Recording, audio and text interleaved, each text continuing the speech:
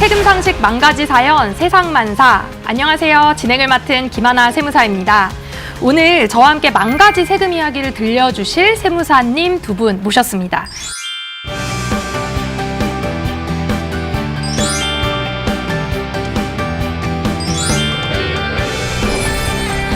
안녕하세요. 부동산 세금 전문 유튜브 김텍스 채널을 운영하고 있는 김동원 세무사입니다. 네, 반갑습니다. 황연아 세무사 나왔습니다. 안녕하세요. 조사 대응 전문 납세자의 보디가드 황연아입니다. 네, 아주 든든합니다. 다들 내 집 마련의 꿈 모두 있으시죠? 물론 이미 이루신 분들도 있을 수 있지만 혹시 두 분은 서울에서 내 집 마련을 하려면 몇 년이나 필요한지 알고 계시나요? 제가 감히 예상해보면 한 15년, 20년 걸릴 것 같습니다. 15년, 20년? 예. 저도 집값이 워낙 비싸니까 한 20년 이상 걸릴 것 같습니다. 20년 이상. 소득을 이제 순서대로 나열했을 때 중간쯤에 있는 중위소득이 7,812만 원 정도라고 하는데 연간 가구소득 7,812만 원의 중위소득자가 9억 원의 아파트를 마련할 때까지 11년 6개월이 걸린다고 합니다. 생각보다 좀 짧은데요? 그렇죠. 제가 생각한 거랑 좀 다른데. 네, 그렇죠. 이거는 아마도 이제 소득이 어느 정도냐에 따라서도 다를 수 있고 또 주택 가격이 어느 정도이냐에 따라서도 좀 많이 달라질 것 같은데요. 여기서 조건이 하나 있습니다. 월급을 단 한 푼도 쓰지 않아야 돼요. 그럼 제 얘기가 맞네요. 맞아요. 그러니까 사실은 우리가 체감하는 연도는 그거보다 더 길 텐데 소득은 더 줄고 집값은 더 오르고 이런 상황에서 이제 내 집 마련이 더 어려워질 거라는 이야기가 나오고 있죠. 네, 맞습니다. 정부는 지금 가계부채의 중과세가 심상치 않다고 보고 있고요. 그래서 9월부터 스트레스 총부채 원리금 상환 비율 2단계를 시행하고 있습니다. 이게 무슨 얘기냐면요. 대출을 받는 사람 대상으로 DSR 산정 시에 일정 수준의 가산금리, 스트레스 금리를 부과해서 대출 한도를 줄이겠다는 의도입니다. 사실 이것 때문에 이제 주택담보대출을 받으시려는 금융 소비자들이 현장에서 굉장히 혼선을 많이 가지고 있다고 합니다. 왜냐하면 이 은행들이 자체적으로 시행 시기도 다를 뿐만 아니라 규제도 제각각이라서 이제 같은 사람이 돈을 빌리는데도 이 금융기관에선 이만큼, 이 금융기관에서 이만큼 이렇게 차이가 많이 벌어지고 있다고 합니다. 네, 맞습니다. 내 집 마련이라는 건 정말 집을 찾는 과정부터 그 자금을 마련하는 과정까지 쉽지가 않은 것 같습니다. 자, 그런데 이렇게 내가 살 집을 찾고 자금을 마련했다고 하더라도 이게 끝이 아니죠. 맞습니다. 사실 내 집 마련 뒤에는 항상 세금이라는 두 글자가 붙죠. 세금. 이 주택과 뗄래야 뗄 수 없는 이 세금.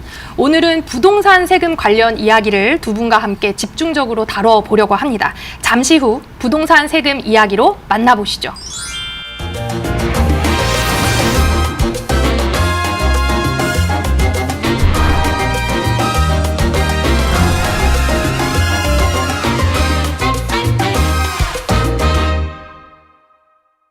세상의 만가지 세금 뉴스를 알아보겠습니다. 아하 세무뉴스 이모저모 시간인데요. 오늘 어떤 소식 가져오셨나요? 누군가 그러더라고요. 가슴이 가장 철렁하는 순간이 언젠지 아시냐고요. 언제죠? 국세청으로부터 세금 고지서를 전달받는 순간이라고 합니다. 무서워. 공감이 좀 되시나요? 무서워요. 생각만 해도 무서워요. 그렇죠. 저도 철렁합니다.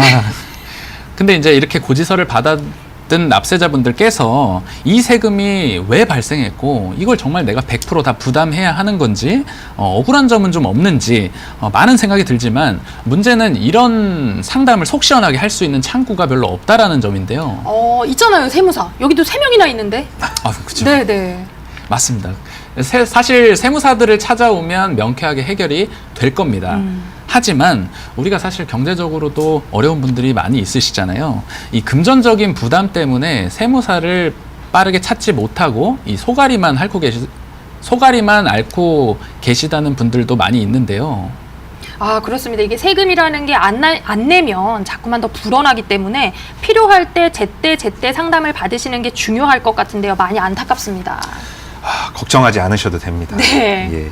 그 어려운 분들을 위해서 마을 세무사라는 제도가 있습니다. 마을 세무사요? 네네. 이름만 들어도 뭔가 좀 친근한 느낌이 들어요. 네네. 이 마을 세무사 제도는요, 2016년에 행정안전부와 한국세무사회가 함께 운영을 하고 있는 제도인데요. 저소득층, 취약계층, 소상공인, 경제적 이유로 세무 상담을 받기 어려운 국민들에게 세무사가 무료로 재능 기부하여서 세금 상담을 해드리는 제도입니다. 현재는 마을 단위로 지정된 1,400여 명의 세무사들이 활발히 활동 중에 있는데요. 주로 영세 납세자들의 국세 및 지방세를 도와드리고 있습니다.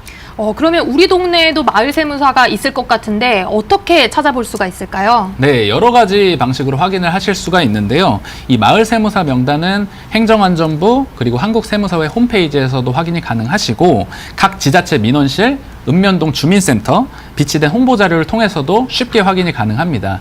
하지만 어르신분들의 경우에는 인터넷을 활용하시기가 조금 어려울 수 있잖아요. 그럴 경우에는 지역번호를 누르시고 120 누르시면 유선으로도 쉽게 안내를 받으실 수 있습니다.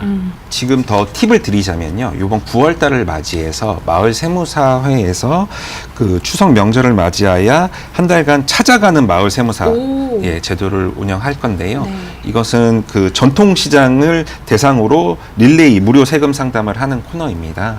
그래서 이렇게 유선으로 상담하기 어려우신 분들은 전통시장 찾아가셔서 대면 상담도 가능합니다.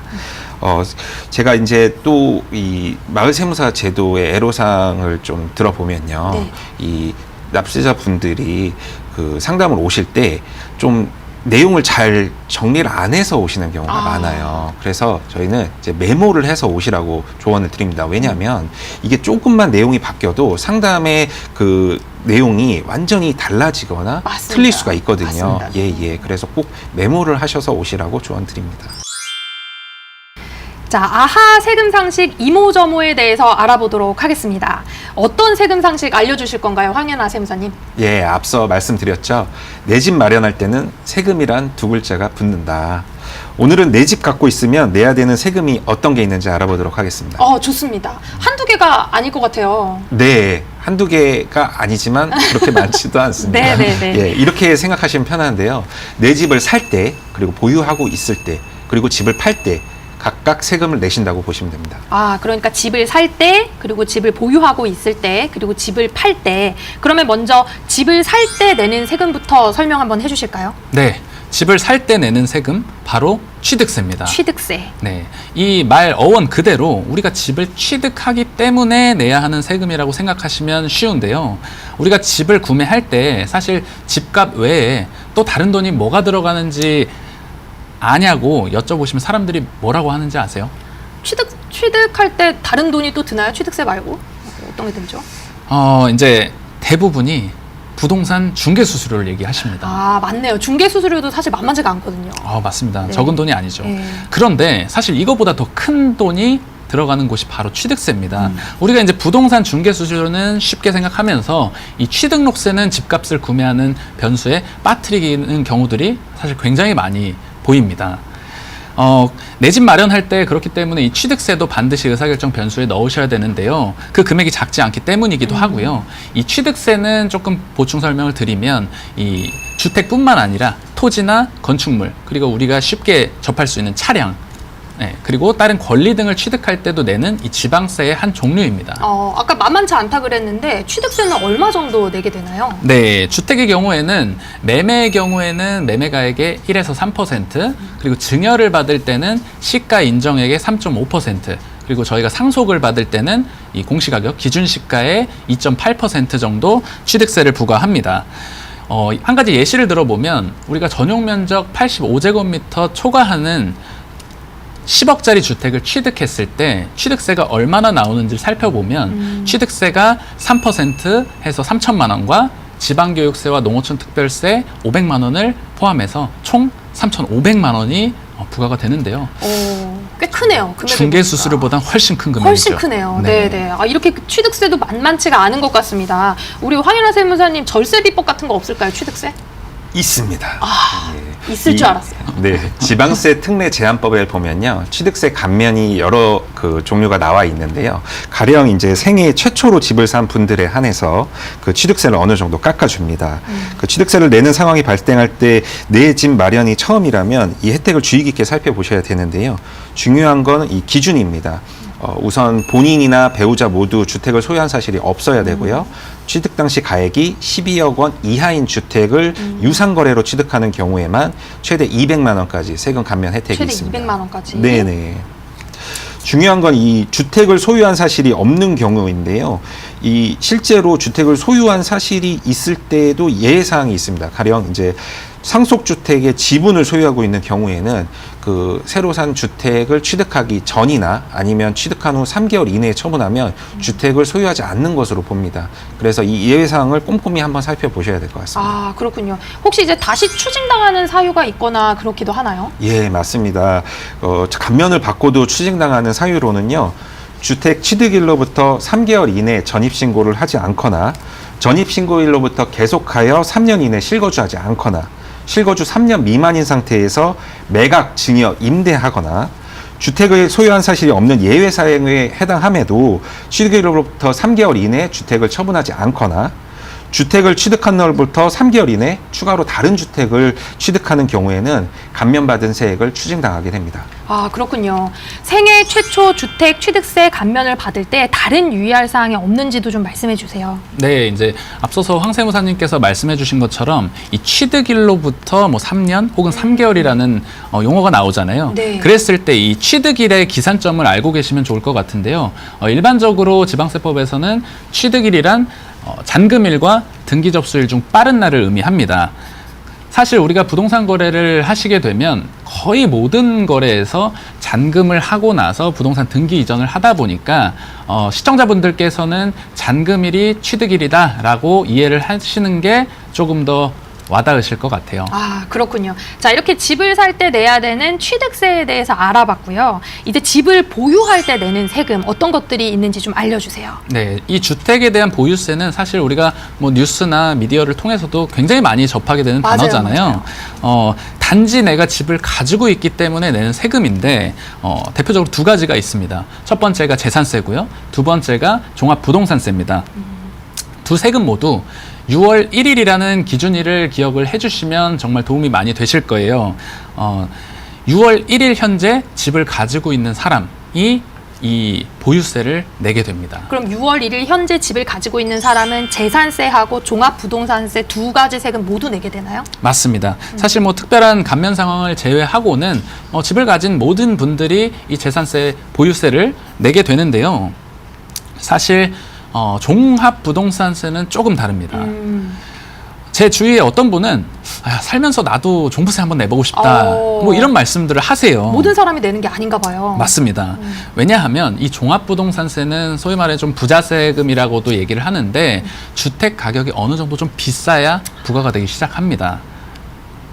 물론 재산세 납세 의무자는 종부세 납세 의무가 있다고 얘기는 하지만 종합부동산세는 일정 금액까지는 공제가 되기 때문에 재산가액, 그러니까 집값이 상대적으로 싼 집에 대해서는 종부세가 부과가 되지 않는 거죠. 아, 그럼 우리 집이 굉장히 비싸야지만 종합부동산세를 내는 거다. 그래서 나는 종부세 내는 게 꿈이다. 이런 말이 좀 있나 봐요. 맞습니다. 그럼 도대체 얼마까지 비싸야 되는 거예요, 세무사님? 주택의 공시 가격에서 개인은 기본적으로 9억까지 공제해 줍니다. 9억을. 예. 그리고 일정한 1세대 1주택자에 해당하면 12억까지도 공제해 주고요. 만약 이 부부 공동 소유 5대 5라면 이게 인적 과세에 해당하기 때문에 최대 9억, 9억씩 18억까지 공제가 가능합니다. 한 사람당 9억 예, 이렇게. 예. 근데 이제 그 법인은 예전에는 이제 공제가 있었는데요. 네. 지금은 공제 금액이 없습니다. 아. 예전에 이제 한때 법인으로 갔다가 주택을 갖다 네네. 투기하는 네. 사람들이 많았었기 때문에 그 공제 금액을 없었고요. 그래서 한때 종부세 폭탄을 법인들이 맞았었기 때문에 이제는 법인으로 투자하는 세력이 별로 없다고 보시면 됩니다. 아, 그렇군요. 법인에 대해서는 이제 공제가 없지만 개인에 대해서는 9억 원을 빼주고 또 1세대 1주택은 12억 원, 그리고 공동명의인 경우에는 9억 원, 9억 원. 그럼 이 금액을 뺀 나머지 금액에 세금을 부과한다는 의미일까요? 예, 조금 더 디테일하게 들어가자면요. 아까 9억을 뺀 금액에서 공정시장가액 비율을 곱한 금액이 과세표준이 됩니다. 그 금액이 60%거든요. 네네. 그래서 이 과세표준에다가 그 0.5%에서 2.7%, 2025년까지 차등세율로 적용이 됩니다. 단 주의할 점은요. 3주택자 이상이면서 과세표준이 12억 초과자는 3%에서 5% 중과세율을 적용받게 되어 있습니다. 아, 중과세율도 있군요. 그러니까 어쨌든 공제하고 또 공정시장가율까지도 곱하기 때문에 과세표준은 많이 떨어질 것 같은데 그럼에도 불구하고 종합부동산세를 내시는 분들은 진짜 부동산 부자들. 이분들이 절세할 수 있는 방법이 있을까요? 사실 이제 단독 명의보다는 그래서 공동 명의가 종부세를 18억 원까지 공제를 받을 수 있는 혜택이 있기 때문에 하나의 기본적인 절세 팁이 될 수 있겠고요. 그리고 이제 다주택자이신 분들은 6월 1일 전에 주택을 처분하셔야 당해년도의 재산세와 종부세를 피하실 수가 있습니다. 아, 아까 그게 기준일이라고 하셨으니까요. 맞습니다. 네. 그래서 극단적으로 내가 6월 2일에 집을 처분하게 되면 내 집은 이미 등기가 다른 사람에게 넘어갔는데 해당 주택에 대한 재산세가 나한테 종합부동산세가 나한테 이렇게 날라오는 일이 발생하게 되거든요. 그래서 이제 처분 계획이 있으신 분들은 가능하면 6월 1일 전후로 처분을 하시는 게 재산세와 종부세를 조금이라도 절세할 수 있는 팁이 되겠습니다. 그럼 또 사려는 사람은 또 6월 1일 지나서 사고 싶지 않겠어요? 그렇죠. 네. 어떻게 해야 되나요? 네, 수요와 공급에 따라서 맞춰질 것 같습니다. 아, 네네. 알겠습니다. 자, 이제 마지막으로 집을 팔 때 어떤 세금 내야 되는지 우리 황윤아 세무사님 설명 좀 해주시죠. 네, 집을 처분할 때 내는 세금이죠. 바로 양도세와 증여세가 있겠습니다. 돈이 오가는 유상거래에 해당할 경우 양도세를 내게 되고요. 무상거래일 경우에는 증여세를 내게 됩니다. 아, 양도소득세. 집을 양도하면 무조건 발생하는 세금인가요? 그렇지는 않고요. 예전에 취득한 가액보다 높은 가액으로 집을 팔았을 때 양도 차익이 발생했을 때 내는 세금이고요. 다만 이제 1세대 1주택자이면서 실거래가가 12억 이하에 해당하는 경우에는 비과세 혜택도 볼 수 있습니다. 아, 그렇군요. 이렇게 1세대 1주택 비과세 특례를 받았다가 다시 토해내는 경우도 있다고 들었는데 어떤 경우가 좀 대표적인 사례로 알고 계세요? 이제 내가 집을 보유하고 처분했던 게 비과세 대상이 되는 줄 알았는데 이 요건을 오인해서 추징당하는 케이스가 있고요. 잘못 신고해서. 그렇죠. 아예 비과세인 줄 알고 신고를 안 하셨다가 가산세와 더불어서 추징을 당하는 케이스가 있습니다. 이제 가장 간단하면서도 이 많이들 오해하시는 것이 그 중에서도 1세대의 개념인데요. 제가 한 가지 예를 들어 볼게요. 이 주택을 가지고 있는 고모와 주택을 한 채 가지고 있는 조카가 한 주소에 같이 전입이 되어 있어서 세대를 구성하는 경우에 이들은 1가구 2주택자로 국세청이 판단할까요? 고모하고 조카가 같이 살고 있네요. 맞습니다. 네, 그러면 집이 두 개죠, 그 집은. 1세대 2주택이 될 거라는 말씀이시죠. 사실 정답은 1가구 2주택자가 아닙니다. 아, 그래요? 우리가 이제 소득세법 88조 6호를 보시면 1세대를 정의하고 있어요. 여기서는 나와 배우자 그리고 생계를 같이 하는 직계존비속 그리고 형제자매를 정의하고 있습니다. 배우자는 우리가 주민등록이 따로 돼 있어도 무조건 같은 세대로 보고요. 직계존비속이나 형제자매는 실질적으로 같이 살아야 1세대로 봅니다. 그렇기 때문에 해당 사례에서는 고모와 조카는 세대 정의에 들어가지 않기 때문에 같이 살아도 세대가 합가되지 않는 겁니다. 아, 그렇구나. 혼용해가지고 1세대 1주택 말고 1가구 1주택이라고 하시는 분들도 많거든요. 아, 1가구 1주택. 예, 그러나 그건 세법상 표현은 아닙니다. 그러니까요. 이렇게 이제 평소에 우리가 생각하거나 우리가 이야기하는 거하고 세법하고는 굉장히 달라가지고 문제가 생기고 오해하고 이런 경우도 많이 발생하는 것 같습니다. 자, 세금 문제는 발생한 후에 나중에 해결하기가 만만치가 않습니다. 미리미리 확인해 보셨으면 좋겠고요. 어려운 점이 있으시다면 저희 세무사들이 있으니까 언제든지 도움 받으시면 좋겠습니다.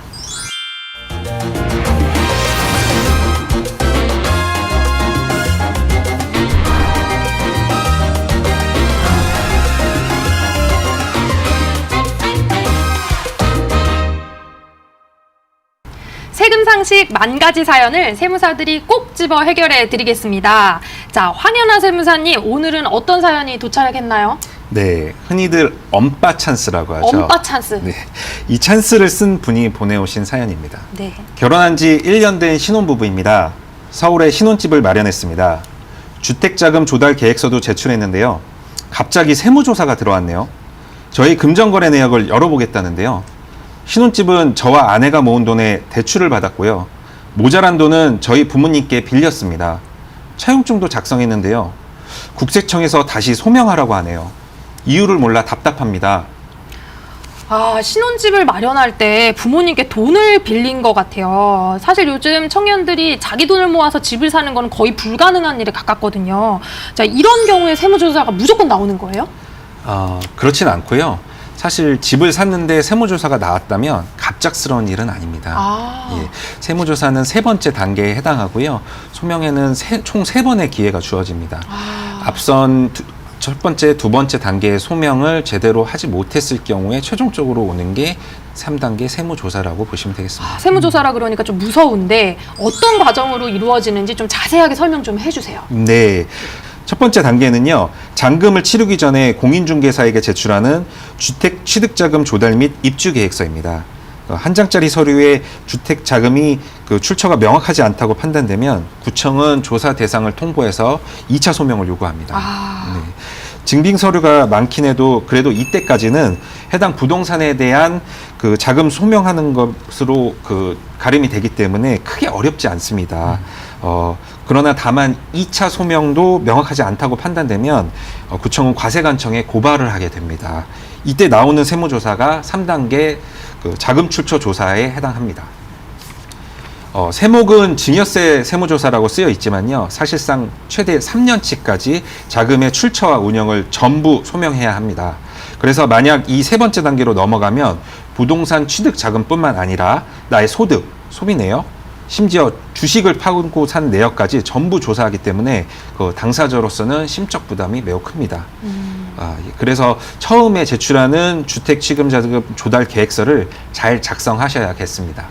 이렇게 3단계를 설명을 해주셨는데 먼저 이제 주택을 취득할 때 주택 취득자금 조달 및 입주 계획서를 제출을 해야 되고 만약에 이게 좀 불안정하다 그러면 구청에서 조사 대상으로 통보가 오고요. 이것도 소명이 잘 되지 않으면 과세관청으로 세무서 자금 출처 조사가 나온다. 이렇게 3단계로 설명을 해주셨어요. 그럼 이제 모든 사람들이 주택을 취득할 때 이 자금 출처 계획서를 내야 되는 거예요? 모든 사람은 아닙니다. 규제 지역으로 규정이 되어 있는 투기과열지구나 조정 대상 지역에 있는 주택은 이 가액에 상관없이 모든 분들이 자금 조달 계획서를 내시는 게 맞지만 이 외의 지역들 있잖아요. 그쪽은 이제 실거래가 기준으로 6억 원 이상 되는 집을 취득하실 때 요 제출 의무가 발생합니다. 제출 의무가 있는 부동산을 취득하시는데 해당 서류를 제출하지 않으면 소유권 이전 등기를 넘겨받을 수가 없으니까 요 점을 유념하시면 좋을 것 같습니다. 이렇게 지금 자금 조달 계획서를 한번 잘못 쓰면 지금 2차, 3차로 조사를 당하는 이런 위험이 있다는 건데 어떻게 해야지 이걸 잘 쓰는 건지 좀 자세하게 알려주세요. 그럴까요? 네. 그러면은 제가 한번 양식을 보고 설명드리겠습니다. 직접 네. 가지고 오셨군요. 네네네. 네. 이 부동산 거래 신고 등에 관한 법률에 정해진 양식이고요. 네네. 우선 이 매수인의 인적 사항을 적게 됩니다. 부부 공동 소유라면 2장을 작성하시면 되고요. 그리고 아래 자금 조달 계획을 보시면 자기 자금과 차입금, 자기 자금은 자본이고 차입금 등은 부채에 해당하는 내용을 적으시면 되는 겁니다. 우선 자기 자금 항목을 보면요. 예금액이라면 잔액증명서가 증빙 서류가 될 것이고요. 증여 또는 상속이라면 해당 신고서 등이 증빙 서류가 될 것입니다. 부동산 처분 대금은 기존에 살던 집의 매각 대금 또는 보증금을 적으시면 됩니다. 그리고 차입금 등 부채 항목에 대해서는 크게는 주택담보대출 항목을 적으시면 되고요. 이에 따라서 대출 약정서를 증빙하시면 됩니다. 만약에 회사에서 대출이 나온 경우에는 그 밖의 대출에 적으시면 되고요. 지원금이 나오는 경우에는 회사 지원금 항목에 적으시면 됩니다. 임대보증금이라고 하면 현재 매수하고 있는 주택의 세입자의 임대보증금을 뜻하므로 갭 투자 시 적는 것으로 보시면 됩니다. 그 밖에 차입금은 사인 간 거래한 금전 소비 대차 금액을 적으시면 됩니다. 그렇군요. 그러니까 자기 자금이 얼마인지 그리고 차입금이나 기타 자금이 얼마인지를 나눠서 잘 기재를 해야 할 것 같아요. 근데 사실 앞서 말씀드렸듯이 주택을 구입할 때 부모님께 손을 빌리지 않고 그냥 다 내 자금으로 사기는 쉽지가 않잖아요. 쉽지 않습니다. 이럴 때 어떻게 자금 계획을 좀 하면 좋을지 좀 알려주세요. 네, 사실 아무리 우리가 고연봉자를 하더라도 2030 신혼부부가 평균 10억 원에 육박하는 서울의 집을 사는 거는 정말 쉬운 일이 아니죠. 쉽지 않죠. 은행의 대출을 많이 받더라도 사실 풀로 땡겨야죠. 부모님에게 손을 벌리는 경우가 굉장히 많습니다. 맞습니다. 예. 그런데 이때 이제 부모님으로부터 돈을 지원받을 때 무상으로 받으면 이제 증여세를 내셔야 되는 거고, 빌려주는 형태로 돈을 받으시게 되면 차용이 될 텐데요. 특히 이 증여의 경우에는 지금 부모님으로부터 직계비속이 10년간 5천만 원의 공제를 받으실 수가 있잖아요. 그와 더불어서 이제 2024년부터 시행된 이 혼인출산 증여공제 1억 원을 추가적으로 또 활용하시면 1억 5천만 원만큼은 증여세 부담 없이 자금을 받으실 수가 있습니다. 그렇군요. 사실 그 증여보다 문제가 되는 거는 차용입니다. 아, 빌리는 거? 네네. 부모 자식 간의 동거래는 원칙상 차용으로 인정하지 않는 게 상속세 및 증여세법 기본 통칙입니다. 그러나 이제 가족 간의 동거래는 언제나 있어 왔던 일이죠. 맞아요. 예, 흔히들 이제 세법에서 정하는 당좌대출 이자율이 4.6%에 해당하고요. 그 이자율로 계산한 이자가 1년에 1,000만 원이 넘지 않으면 무이자로 차용해도 증여세 문제가 없다고들 뭐 얘기합니다. 역산하면 원금이 한 2억 1,700만 원 정도 되는 건데요. 그러나 이거는 차용으로 인정받았을 때나 해당되는 얘기고요. 애당초 차용으로 인정받지 못해서 증여로 과세되는 경우가 허다합니다. 국세청은 이렇게까지 봅니다. 과연 제3자 은행이 그 돈을 빌려줬다면 담보도 없이 이자도 없이 그 돈을 빌려줬겠냐. 그렇죠. 예, 네. 가족이니까 가능한 이야기다. 그러니까 이거는 빌려준 게 아니라 준 것이다. 이렇게 보는 거죠. 일단 예. 국세청은 그렇게 좀 의심을 가진 눈초리로 바라본다는 그렇죠. 말씀 같아요. 그럼 이거를 차용으로 꼭 인정받는 게 굉장히 중요해 보이거든요. 네네. 그러면 차용에 대해서는 어떤 문제들이 발생할까요?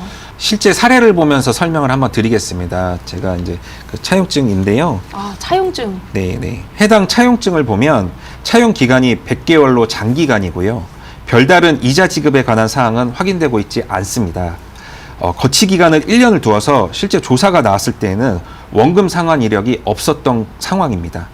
실제 차용일에 작성된 서류임에도 불구하고 이러한 사정 때문에 차용임을 부인당하고 증여세 과세 예고 통지를 받았습니다. 물론 사인 간 계약은 민법상 불료식 행위에 해당하여서 차용증은 필수 요소가 아니고요. 차용증 작성에 관한 규정은 법률에 정해진 것도 없습니다. 다만 다툼이 있을 경우를 위해서 상속세 및 증여세법 시행령 제10조에서는 사인 간 채무 입증 서류로 채무부담 계약서, 채권자 확인서, 담보 설정 및 이자 지급에 관한 증빙이라고 적시하고 있습니다. 차용증 하나를 작성하는 것도 굉장히 꼼꼼하고 정확하게 적어야 할 것 같은데 부모님께 돈을 빌려야지만 주택을 구입할 수 있다 그러면 차용증을 그냥 잘 쓰기만 해도 괜찮은 거예요? 그렇죠.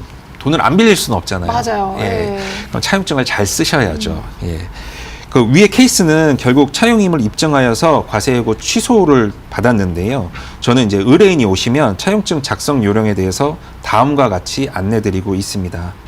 단 차용증 작성은 세무사 직무가 아니기 때문에 대리 작성은 해드리지 않습니다. 네네네. 예. 직접 작성을 하셔야 됩니다. 네네. 첫째, 원금 상환 기일은 너무 길게 하지 말아라. 둘째, 이자를 설정하고 그 이자를 명확하게 지급하고 원처세 신고까지 맞춰라. 셋째, 담보 설정소 할 수 있으면 더할 나위 없이 좋다. 예를 들어서 원금과 이자를 약정일에 제때 지급하지 않으면 차용인이 그 부담을 해서 근저당 설정을 하겠다라는 것을 계약서에 쓰시면 되고요. 넷째, 작성일을 명확히 하라입니다. 차용증을 이제 공증받으면 가장 좋겠지만 이건 이제 변호사 일로서 수수료가 매우 비쌉니다. 그래서 이제 간단하게는 그 이메일로 주고받는 방법이 있고요. 우체국에 확정일자 받는 방법을 활용하셔도 좋습니다. 저는 추천하는 방법이 등기소에 직접 방문하셔가지고 사문서 확정일자를 받으시라고 합니다. 한 장당 600원밖에 안 하기 때문에 2장 받으시면 되겠습니다. 아, 그렇군요. 어쨌든 이건 이제 부모 자식 간에 돈을 빌려주는 관계니까 이자를 정확하게 설정하고 반드시 지급해라. 그러면 이자 설정은 어느 정도가 좀 적당할까요? 아까 말씀드렸다시피 세법상 당좌대출 이자율이 4.6%입니다. 그러나 사실 4.6%까지 그 설정할 필요는 없고요. 다만 이제 무이자일 경우에는 원금 상환 이력을 남길 길이 없잖아요. 네네. 그래서 조금이라도 이자 설정을 하라고 말씀드리는 겁니다. 다만 주의할 점은 저리로 설정한 이자하고 그리고 아까 4.6%로 계산한 이자율의 차이가 1년에 1,000만 원이 넘으면 그 증여세 문제가 발생하니까요. 차용 원금이 큰 경우에는 미리 그 세무 전문가와 상담받으시길 조언드립니다. 그러면 이렇게 적절한 차용증을 잘 쓰고 실제 돈을 빌리고 이 원금에 대해서 갚은 기록도 있어야 할까요? 당연히 맞습니다.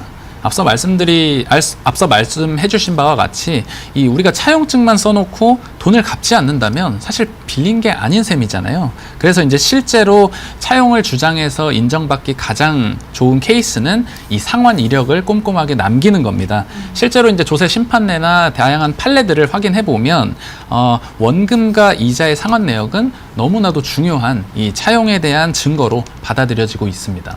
그러니까 의심의 눈초리가 가득한 국세청을 설득시키기 위해서는 이 상환 내역이 너무나도 중요할 것 같습니다. 그러니까 이걸 평생 부모님 돈이라고 안 갚겠다 이런 생각으로 차용증을 쓰셨다면 좀 곤란해지실 것 같아요. 자, 그럼 이제 우리 사연으로 돌아와서요.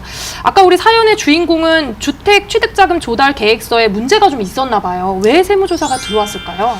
그렇죠. 이제 그 한 장짜리나 아니면 2차로 소등했던 단계에서 명확치 않았다고 보는 거고요. 결국에는 그 국세청이 파악하지 못하고 있는 소득이 있다고 보는 겁니다. 그게 뭐 부모로부터 받은 돈인지 아니면 주식 또는 코인을 통해서 번 돈인지 아니면 사업소득 내지는 근로소득으로 번 돈인지 간에 국세청에 신고되지 않은 소득이 있다고 보는 거고요. 예, 그래서 만약에 이제 세무조사가 실시가 되면 그 통장 내역 3년치 통장 내역을 다 들여다보게 되고요. 거기서 빠져나갈 길은 없습니다. 예. 이렇게 지금 세무조사가 들어오게 되면 얼마만큼 국세청이 어디까지 무슨 자료로 어떻게 보는지도 너무 궁금해요. 너무 무서워요. 저희가 보통 통장 거래 내역을 은행에 요청을 하면 상대방 계좌번호까지는 잘 안 나와요. 네. 근데 국세청 내부 시스템엔요 상대방 계좌번호까지 다 나옵니다. 그래서 뭐 저희가 적요명을 갖다가 거짓말로 쓰거나 이럴 수도 없고요. 다 그래서 드러나니까. 예, 맞습니다. 그래서 보통 어떻게 조사가 들어오냐면 입금 내역을 다 합칩니다. 만약에 3년치 조사 내역을 합칩니다. 그리고 제 소득금액 증명원에 소득을 비교를 합니다. 신고된 소득하고. 예. 그래서 그 차이가 난다. 그럼 소명을 요구를 합니다. 이 돈이 어디서 났냐? 그렇죠. 근데 그게 만약에 소명이 안 되면 증여 추정으로 가세요 합니다. 그렇군요. 그래서 제가 그 구체적으로 어떤 요구사항이 들어오는지 양식을 보면서 한번 설명드리겠습니다. 네. 자료 제출 요구서라고 나와 있고요.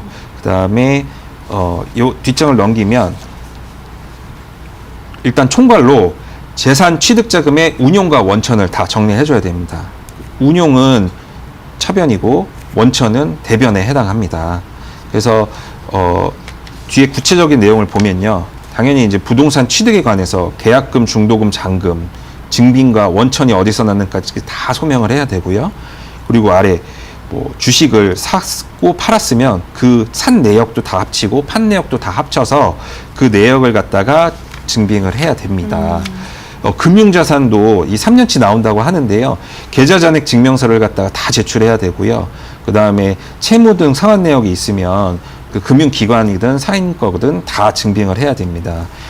마지막으로 이제 신용카드 사용액도 증빙을 해야 되는데요. 신용카드 사용액이라는 거는 자금의 운영에 해당하기 때문에 적을수록 좋은 거거든요.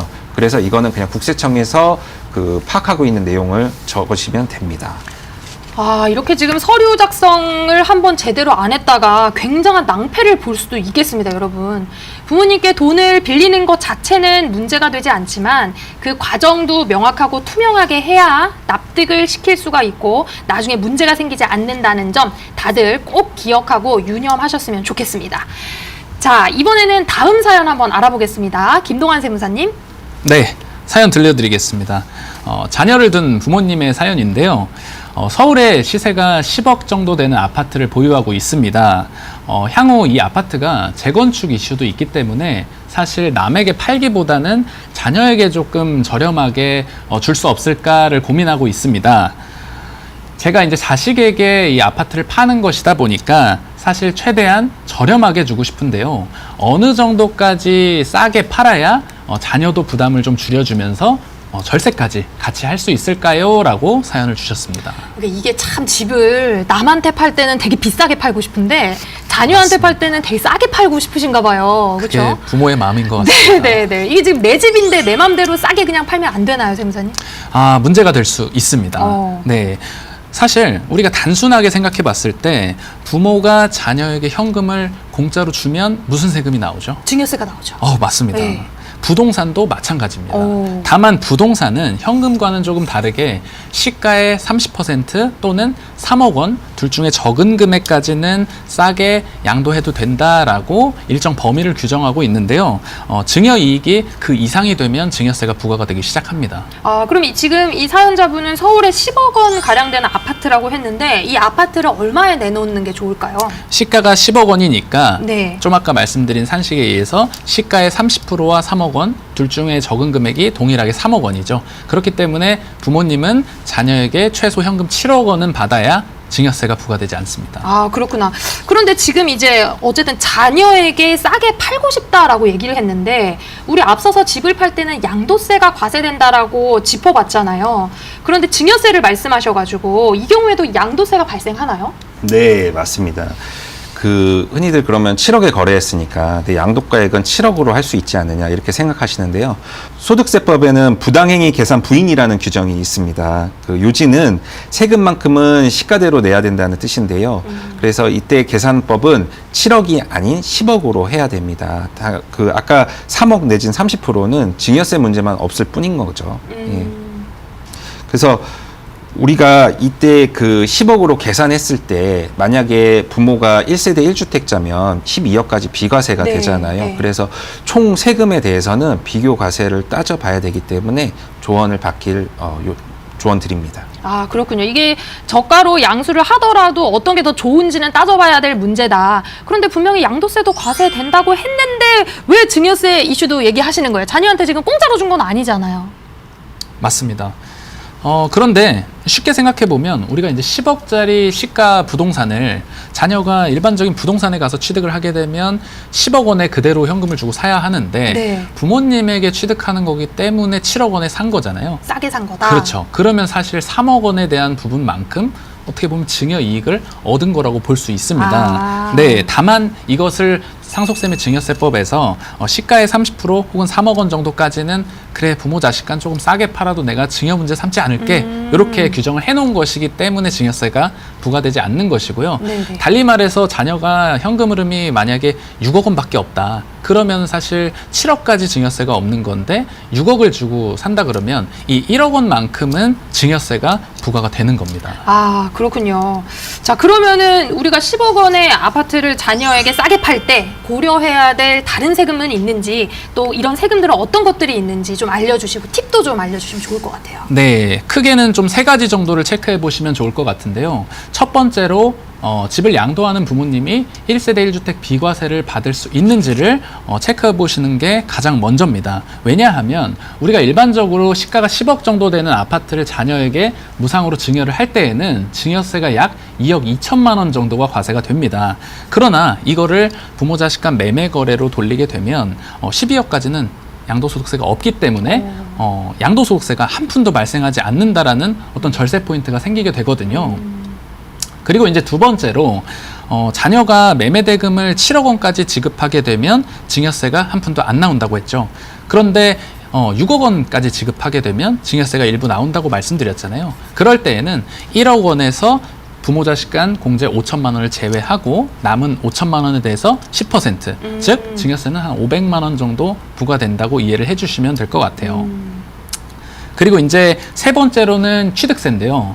우리가 부모님으로부터 아파트를 증여로 받으면 취득세는 지방교육세까지 합해서 4% 정도가 과세가 됩니다. 그러나 매매로 취득하게 되면 시가 10억 주택의 경우에는 3.3% 정도 취득세가 부과되기 때문에 취득세도 조금 더 절세가 가능하다고 하겠습니다. 그렇군요. 그러니까 부모님이 자녀에게 싸게 주택을 양도했다. 그럼 부모님은 양도세를 내고 자녀는 싸게 사온 만큼 증여세와 취득세를 부담한다. 그렇게 이제 말씀을 주신 것 같아요. 자, 그럼 이게 분명하게 양도거래이기 때문에 이 대금 7억 원에 거래했다고 하더라도 자녀가 7억 원을 있어야 부모님한테 주죠. 그렇죠. 자녀가 7억 원이 어디 있겠어요. 이거 7억 원에 대해서는 지금 어떻게 해야 돼? 이거 다시 부모님한테 빌려도 되나요, 세무사님? 이게 좀 간단하지는 않습니다. 이 부모 자식 간에는 특수 관계인이기 때문에요. 우선은 대금 이체 증빙이 없으면 등기 이전도 불가능하고요. 그렇다고 해서 또 부모님이 돈을 빌려줘서 집을 사게끔 하면 가장행위로 볼 수도 있습니다. 아. 그래서 저는 이건 추천드리지 않고 있고요. 오히려 이제 매매로 집을 샀으면 그 집을 담보로 주택담보대출을 받아서 가름하셔라 이렇게 조언드리고 있습니다. 아, 그런데 사실은 이제 대출을 받기도 요즘 여의치가 않은데 혹시 다른 방법도 있을까요? 정말 자녀가 현금 흐름이 부족하다면 너무 욕심을 내진 않고 너무 욕심내지 마시고 어떤 갭 투자 방식이나 아니면 조그만 부동산을 가지고 있다면 현금 대신에 그 부동산을 대가로 지급하는 방법도 찾아볼 수가 있습니다. 결국에는 이 7억 원을 부모님한테 주기는 줘야 되는데, 그렇죠? 자, 그러면 지금 말씀하신 갭 투자 방식, 전세 세입자가 있는 집을 자녀에게 매매하는 건가요? 그렇죠. 소위 말해서 우리가 갭 투자라고 하는 전세 낀 매매라고 하는데요. 우리가 시가 10억 원의 서울에 있는 아파트의 전세가율을 통상적으로 한 60% 정도 설정을 하게 되는데, 그러면 전세가 6억 원이 설정되어 있으니까 자녀는 일반적인 제3자 거래에서는 현금이 4억 원이 필요하겠죠. 네네. 그런데 여기서는 부모 자식 간 저가 매매 거래를 하다 보니까 매매 가액을 7억 원에 설정할 거고 전세가 6억 원이 껴 있으니까 자녀는 1억 원의 현금만 부모에게 주고 집을 시가 10억 원의 집을 취득할 수가 있게 되는 겁니다. 아, 그렇군요. 그러면 이제 우리 자금 출처가 중요하다고 했으니까 이 자녀가 부모 통장에 먼저 매매대금 7억 원을 넣고 그리고 부모가 다시 이제 전세인한테 받아가지고 6억 원을 다시 자녀 통장에 넣는 이런 것까지도 다 금융거래를 좀 만들어 놓는 게 좀 정확할 수도 있나요? 근데 실질적으로는 그렇게 거래를 하진 않고요. 네네. 일반적으로 전세입자가 껴있는 경우에 우리가 3자 거래, 일반적인 갭 투자 형식을 생각을 해보면 시가 10억 원짜리 부동산에 전세가 6억이 설정돼 있으면 4억 원에 대한 부분만 계약금, 중도금, 잔금의 형태로 지급을 하고 그 전세입자의 6억 보증금은 그대로 내가 떠안는 성격으로 거래를 하게 되잖아요. 이 부분은 부모 자식 간 저가 거래에서도 마찬가지입니다. 네. 그래서 동일한 케이스에서 매매 가액을 7억 원으로 설정하고 전세가 6억이 껴 있으니까 자녀는 1억 원에 대한 현금을 계약금, 중도금, 잔금 형태로 부모에게 지급하는 것으로 이제 거래를 할 수가 있는 진행을 겁니다. 할 수가 있겠네요. 이게 그러니까 네. 이제 제3자와 거래라고 생각을 해보면 과연 이루어질 수 있는 거래냐가 중요한 것 같고요. 네. 그다음에 국세기본법상의 실질과세의 원칙에 따라서 가정거래가 아닌지 그거를 조심해야 될 것 같습니다. 실제로 양도한 게 맞다. 네, 이렇게 예. 확인을 하시는 게 중요할 것 같습니다. 그리고 또 다른 방법이 하나 더 있다고 말씀하셨는데 현물을 통한 맞교환 방식이라는 거는 어떻게 부모하고 자녀하고 집을 바꾸는 건가요? 맞습니다. 이게 조금 많이 생소하실 수 있는데요. 네네.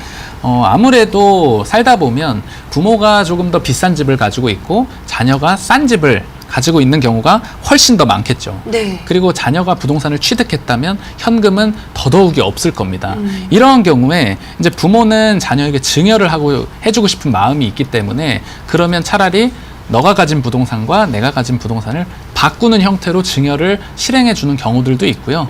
또 다른 경우로는 우연히 살다 보니까 내가 부모의 집에 살고 있고 부모가 자녀의 집에 살고 있고 이런 경우들도 종종 만나볼 수 있어요. 네. 그런 경우에 이제 맞교환에 대한 수요가 발생하기도 하고 저희가 이제 새로 신규 주택을 취득하는 경우에 일시적 2주택이라고 하지 않습니까? 네네. 그때 이제 처분 기한이 3년으로 주어지는데 이 기한 내에 집을 처분하지 못하면 결국에는 그 처분을 해야 하는 수요를 가족 내에서 또 찾을 수도 있기 때문에 이럴 때 이제 맞교환 수요가 또 발생하기도 합니다. 맞교환 방식이 발생하기도 한다. 그렇군요.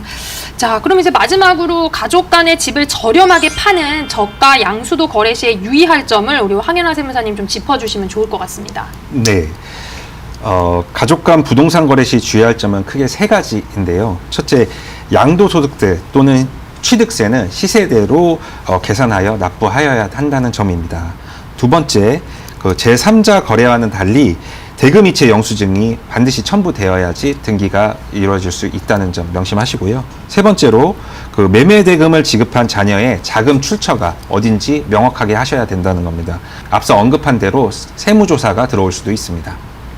네, 자녀에게 내 집을 물려주는 방법이 상속과 증여뿐만이 아니라 저가로 양도를 하는 방법도 있는 걸 한번 살펴보았습니다. 자, 이제 마지막 사연 한번 보겠습니다. 네, 결혼을 앞둔 예비 신부님의 사연입니다. 결혼을 앞둔 신부입니다. 어렸을 때 제 부모님이 돌아가셔서 상속받은 재산이 꽤 있는데요. 남편은 사회생활을 한 지 얼마 되지 않아서 모아둔 재산이 얼마 없습니다. 그래서 이제 시세 15억 원가량의 신혼집을 마련하는데 제가 온전히 자금을 조달하기로 했습니다. 남편은 어차피 우리가 부부이니까 공동명의로 하자고 합니다. 종부세를 낼 때나 나중에 처분 시에 양도소득세를 낼 때 공동명의가 더 유리하다며 이렇게 강하게 주장하고 있는 건데요.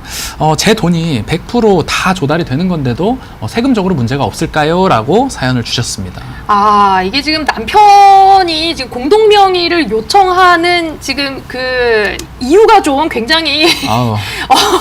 이유가 좀 굉장히 좀 빈약합니다. 자, 이렇게 지금 15억이나 되는 신혼집을 내가 해오는데 남편이 공동명의까지 하자고 요구를 하다. 이거 지금 결혼을 해야 돼요, 세무사님? 그래도 신부님께서 결혼을 해야 되나요? 굉장히 마음이 넓으신 분 아, 같습니다. 너무 사랑해요. 너무 사랑하시는군요. 결혼할 때 항상 갈등을 겪는 게 물론 집이라도 해올 수 있으면 굉장히 행복한 겁니다, 여러분. 그런데 이제 우리 사연자 분께서는 참 그래도 운이 좋게 집이 있으신데 공동명의, 사실상 공동명의에 대한 세금 문제도 많이 발생하게 됩니다. 궁금하신 분들도 많으실 것 같고요. 자, 그냥 서류에 이름 하나 끼워 넣으면 되는 거 아니야? 이렇게 생각하시는 분들도 많은데 남편과 함께 공동명의를 한다면 문제가 없을 리 없겠죠. 당연히 문제가 될 수 있습니다. 돈을 낸 것도 아닌데 맞습니다. 문제가 있어야 됩니다. 맞습니다. 네. 왜 이렇게 감정이입을 하시죠? 아닙니다. 네. 사연에서 이 구매하고자 하는 이 주택의 규모가 사실 국세청에서 정의하는 이 고가주택 12억 원의 기준도 훨씬 훌쩍 넘어서는 그러네요. 15억 원 상당의 주택이잖아요. 네. 공동명의로 이렇게 15억 원짜리 주택을 취득하게 되는 경우 원칙은 각자가 7억 5천만 원씩 조달하는 게 당연히 원칙입니다. 그러나 이제 아내가 100% 자금을 모두 댄다면 아내가 7억 5천만 원만큼 남편에게 증여를 한 꼴이 되는 거죠. 우리가 이제 익히 알고 있는 부부간 증여 공제는 10년간 6억 원이 가능합니다. 그래서 해당 사연에서는 아내분이 100% 자금을 조달하게 된다면 7억 5천만 원에서 6억 원을 공제한 1억 5천만 원에 대해서는 증여세가 부과됩니다. 아, 그렇군요. 그리고 또 하나 이제 조금 네. 주의할 사항이 결혼을 앞두고 있잖아요. 네. 만약에 취득일 기준으로 갖다 혼인신고가 되어 있지 않다면 이 증여공제는 해당되지 않습니다. 아, 그렇네요, 또. 아, 그런 문제도 또 있었네요. 그래서 혼인신고를 결혼식 전이라도 미리 하시거나 하는 거 주의사항으로 알아두셔야 될 것 같습니다. 네. 아, 지금 순탄치가 않아 보입니다. 지금 이 결혼이 혼인신고까지 지금 먼저 해야 되니까. 자, 이게 지금 공동명의면은 그냥 집주인의 이름만 등재를 시키는 건 아닌 것 같은데, 그럼 이제 지분을 뭐 50대 50 이렇게 쪼개져서 등기가 되는 건가요? 맞습니다. 공동명의로 이제 매매계약서를 쓰게 되고 등기를 하게 되면 등기부 등본상에 2분의 1 지분씩 소유한 것으로 등재가 됩니다. 아, 그렇군요. 아까 말씀하셨던 것처럼 1억 5천만 원에 대해서는 이제 증여세가 발생할 수도 있다. 왜냐하면 15억의 절반 하면 7억 5천이니까. 그럼 맞습니다. 그거는 증여세는 누가 내는 거예요? 증여세도 아내가 낸다 그러면 이건 뭔가 상식적으로 맞지가 않게 될 것 같은데요. 지금 결혼하면 안 돼요, 그러면. 증여세는 이제 네. 납세 의무자가 예. 증여를 재산을 무상으로 받으신 분, 네. 결국엔 해당 사례에서는 남편분께서 내셔야 합니다. 그렇죠. 증여를 받은 남편이 내야 된다. 자, 그런데 우리 남편이 증여세까지 내고 싶지는 않다. 그냥 우리 증여 공제되는 6억 원까지만 좀 하자. 이렇게 지분을 좀 나눌 수도 있을까요? 그렇죠. 꼭 5대5일 필요는 없습니다. 네네. 지금 이 아. 케이스를 계산해 보면 아내분이 60%, 남편분이 40% 지분을 취득하면 남편에게는 정확히 6억 원의 증여가 이루어지는 거기 때문에 그 한도 내에서 공제가 되므로 증여세는 나오지 않습니다. 아, 그렇군요. 자, 우리 사연자분의 남편이 어차피 부분이 공동명의로 하자, 종부세를 낼 때, 집을 처분할 때 더 유리하다. 지금 이거 팩트 체크를 좀 해봐야 될 것 같습니다. 자, 이게 실제로 공동명의가 이런 부분에 있어서 더 유리하긴 한가요?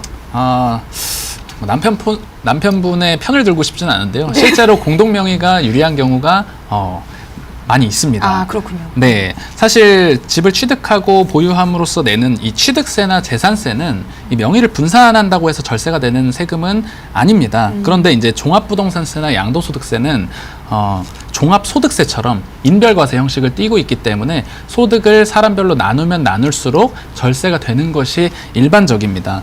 특히 이제 종합부동산세의 경우 개별적으로 공시가격에서 9억 원씩 차감한다고 말씀드렸잖아요. 그래서 총 18억 원을 공제받을 수 있기 때문에 부부 공동명의의 경우에는 조금 더 유리한 부분이 분명히 있습니다. 그리고 이제 처분하실 때 양도소득세에 대한 부분도 생각을 하셔야 되는데요. 사실 두 분이서 1세대 1주택 비과세를 받으시면 세금적으로 큰 차이는 없을 거예요. 하지만 다주택자가 된다거나 비과세 요건을 못 갖춘다거나 해서 양도를 하시는 경우를 가정을 해본다고 하면 우리가 15억 원에 산 집을 집값이 많이 올라서 20억 원에 처분했을 때 처분이익이 5억 원 정도 되지 않습니까? 요거를 단독 명의로 처분하는 경우와 공동 명의로 2억 5천만 원씩 계산해서 내는 경우의 세금 차이가 무려 양도소득세가 4천만 원까지도 벌어질 수가 있습니다. 그렇군요. 네네. 자, 이렇게 지금 세 번째 사연에서 우리 사연자분의 질문에 저희가 좀 답변을 알아봤는데요. 확실히 부부 공동 명의를 하게 되면 우리 종합부동산세 부분 그리고 양도소득세 부분에 있어서는 유리한 점이 있을 수도 있다. 그렇게 좀 알고 계시면 좋을 것 같습니다. 자, 이렇게 우리 사연 3개까지도 모두 함께 알아봤습니다. 우리 시청자분들께서 궁금해하시는 사연들로만 모아서 우리 부동산 세금과 관련된 이야기들 나눠봤는데요. 두 분 어떠셨어요? 황인환 세무사님 어떠셨어요? 네.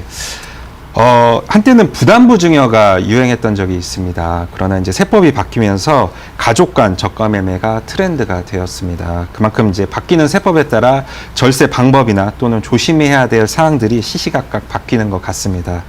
부동산의 취득 또는 처분을 계획하고 계신다면 실행 전에 세무 상담을 받으시길 조언드립니다. 네, 우리 김동환 세무사님. 네, 이제 저뿐만 아니라 세무사분들이 세무 상담을 하다 보면 이 세금에 대한 부분을 사후적으로 알게 돼서 이제 후회를 하시거나 또 재산상 피해를 입으시는 경우들을 굉장히 많이 보게 되는데요. 이런 원인이 사실 세금이 워낙 복잡하고 자주 바뀌기 때문에 일어나는 일이라고 생각이 듭니다. 그렇기 때문에 시청자분들께서도 이 부동산 세금에 대해서는 항상 관심을 가지고 공부를 하시면서 또 오늘 저희가 이 말씀드리는 내용과 영상이 시청자분들께도 많은 도움이 됐으면 하는 바람입니다. 네, 여러분 세금 상식 10,000가지 사연을 통해서 여러 가지 정보 많이 얻으셨나요? 평소에 세금 고민이 있으시면 샵 3772번으로 사연 보내주시면 저희가 방송에서 속 시원하게 해결해 드리도록 하겠습니다. 여러분 세무사를 알아두는 것이 생활의 지혜입니다. 우리 다음 시간에도 실생활에 도움이 되는 많은 사연들 가지고 찾아오겠습니다. 지금까지 세상만사였습니다. 고맙습니다.